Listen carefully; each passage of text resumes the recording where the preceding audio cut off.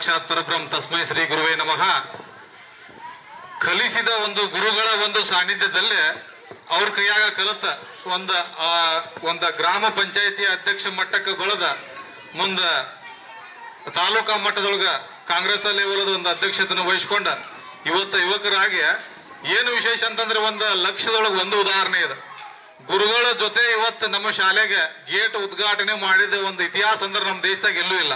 ತಮ್ಮ ಕಲಿಸಿದ ಗುರುವಿನ ಜೊತೆ ಬಂದ ಆ ಅಧ್ಯಕ್ಷ ಸ್ಥಾನ ವಹಿಸ್ಕೊಂಡ ಆ ಗುರುಗಳ ಜೊತೆ ಒಂದು ಗೇಟ್ ಅನ್ನ ಉದ್ಘಾಟನೆ ಮಾಡಿರ್ತಕ್ಕಂಥ ಸಂದರ್ಭಗಳು ಬಹಳ ವಿರಳ.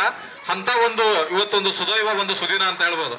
ನಮ್ಮ ವೈವಿಕರುಗಳು ಸರ್ ಸುಮಾರು 10 ವರ್ಷಗಳ 1995ರಿಂದ 96 ಹಿಡ್ಕೊಂಡು 10-15 ವರ್ಷ ನಮ್ಮ ತೆಗ್ಯಾಳ ಶಾಲೆ ಏನಿದ್ದ ನಮ್ಮ ತೆಗ್ಯಾಳ ಶಾಲೆ ಒಂದು ಶಿಕ್ಷಣದ ಒಂದು ಅಡಿಗಲನ್ನ ಹಾಕಿ ಇವು ನಮ್ಮ ಶಿಕ್ಷಣದ ಕ್ರಾಂತಿಯನ್ನು ಮೊಳಗಿಸಿ ಹೋಗಿರ್ತಕ್ಕಂಥ ವ್ಯಕ್ತಿಗಳು.